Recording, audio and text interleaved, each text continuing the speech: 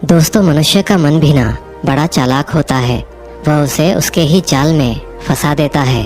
हर व्यक्ति के अंदर बहुत सारे अंधविश्वास होते हैं और ऐसा नहीं है कि हर अंधविश्वास गलत होता है। जैसे कि मान ले कि आप नशा करते हैं और नशा करके आप आसपास गंदगी का माहौल बनाए रखते हैं, तो इसका असर आपके जीवन पर भी जरूर पड़ता है, चाहे आप माने या ना माने। आज एक छोटी सी कहानी से मैं आपको यह समझाने का प्रयास करूंगा कि हमारा मन हमें कैसे हमारे ही अंधविश्वासों में बांधकर रख देता है। एक बार गौतम बुद्ध एक नदी के किनारे से गुजर रहे थे और सर्दियों का समय था। सभी लोग मार्ग पर मोटे मोटे वस्त्र ओढ़कर चल रहे थे। तभी बुद्ध की नज़र एक व्यक्ति पर पड़ती है जो नदी के ठंडे पानी में डुबकी लगा रहा था। बुद्ध उस व्यक्ति को देखकर थोड़ा आश्चर्यचकित होते हैं, क्योंकि वह व्यक्ति कांप भी रहा था और नहा भी रहा था।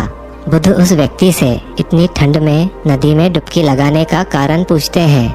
फिर वह व्यक्ति बुद्ध को बताता है कि वह सुबह सुबह नदी में नहा धोकर पूजा के लिए जा रहा था। तभी उसका पैर एक मेंढक के ऊपर पड़ गया और उसके कारण मैं अपवित्र हो गया हूँ और इसीलिए मैं फिर से पवित्र होने के लिए नदी में डुबकी लगा रहा हूँ।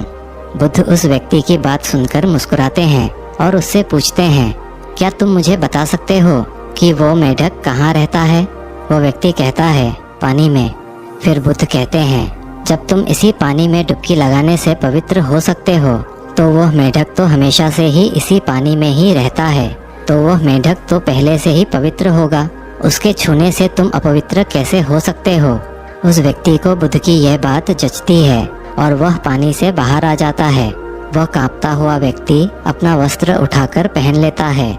आगे बुद्ध उस व्यक्ति से कहते हैं, अंधविश्वास किसी बात का मत करो जब तक कि वह तुम्हारे खुद का अनुभव ना बन जाए।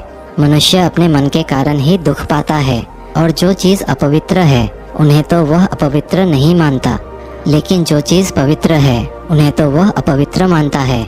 जैसे कि लोग नशा करते हैं, दुर्विचार करते हैं और एक दूसरे से घृणा का भाव रखते हैं, लेकिन इन्हें वह अपवित्र नहीं मानते।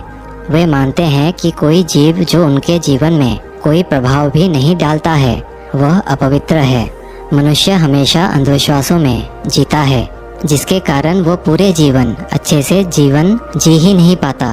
फिर वो व्यक्ति बुद्ध से पूछता है, हे बुद्ध, सबसे बड़ा अंधविश्वास क्या है?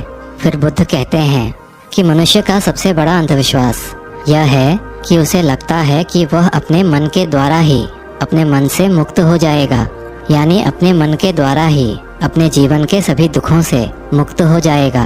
तुम अपने चारों तरफ देखो, तुम पाओगे कि हर व्यक्ति अपने मन के ही जाल में उलझा हुआ है। कोई डरा हुआ है तो कोई उम्मीदों में जी रहा है और किसी को यह लगता है कि कल सब कुछ ठीक हो जाएगा। लेकिन वास्तविकता यह है कि जब तक मनुष्य अपने मन को नहीं समझेगा तब तक कुछ भी ठीक नहीं हो सकता, और यही शाश्वत सत्य है। वो व्यक्ति बुद्ध से पूछता है कि मन को कैसे समझा जाता है। बुद्ध कहते हैं कि जागरूकता के द्वारा। पूरे दिन में जब भी तुम्हें याद आए, जागरूक होकर देखो कि तुम्हारा मन तुमसे क्या करवा रहा है। तुम्हारा मन बार बार तुम्हें भुलाने का प्रयास करेगा, लेकिन तुम्हें बार बार प्रयास करते रहना है।